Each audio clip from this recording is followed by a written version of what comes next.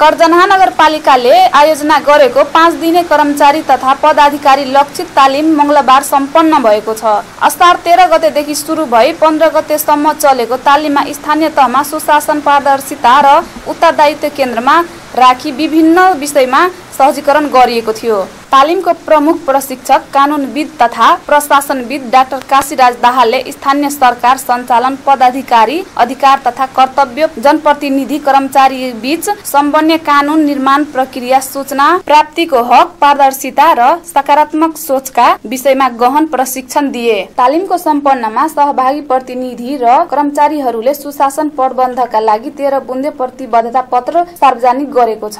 प्रतिबद्धतामा कार्य विवरण सहित जिम्मेवारी तोक्ने कानूनहरूको पुनर्अवलोकन गर्ने, 1 वडा 1 पार्क, 1 वडा 1 ताल नीति कार्यान्वयन योजना निर्माणमा दिगो विकास लक्ष्य समावेश गर्ने, प्रविधि मैत्री र पारदर्शी प्रशासन विकास गर्ने लगायतका विषयहरू समावेश गरेका छन्। नगर प्रमुख भोला प्रसाद पोखरेलको अध्यक्षतामा सम्पन्न समापन समारोहमा उपप्रमुख लक्ष्मी कुमारी श्रेष्ठ, प्रमुख प्रशासकीय अधिकृत राजकुमार दास, विभिन्न वडा अध्यक्षहरू, कार्यपालिकाका सदस्यहरू, वडा सदस्य, आम नागरिक र कर्मचारीहरूको सक्रिय उपस्थिति थियो। प्रशिक्षक डाक्टर दाहालले स्थानीय तहमा प्रभावकारी प्रशासन, पारदर्शिता र नागरिक उत्तरदायित्वको अभ्यासले मात्र सुशासन सुनिश्चित हुनेमा जोड दिए। तालिमले सहभागीहरूमा दिगो विकासमुखी सोच र उत्तरदायी कार्यशैली विकास गर्ने विश्वास आयोजकले व्यक्त गरेका छन्।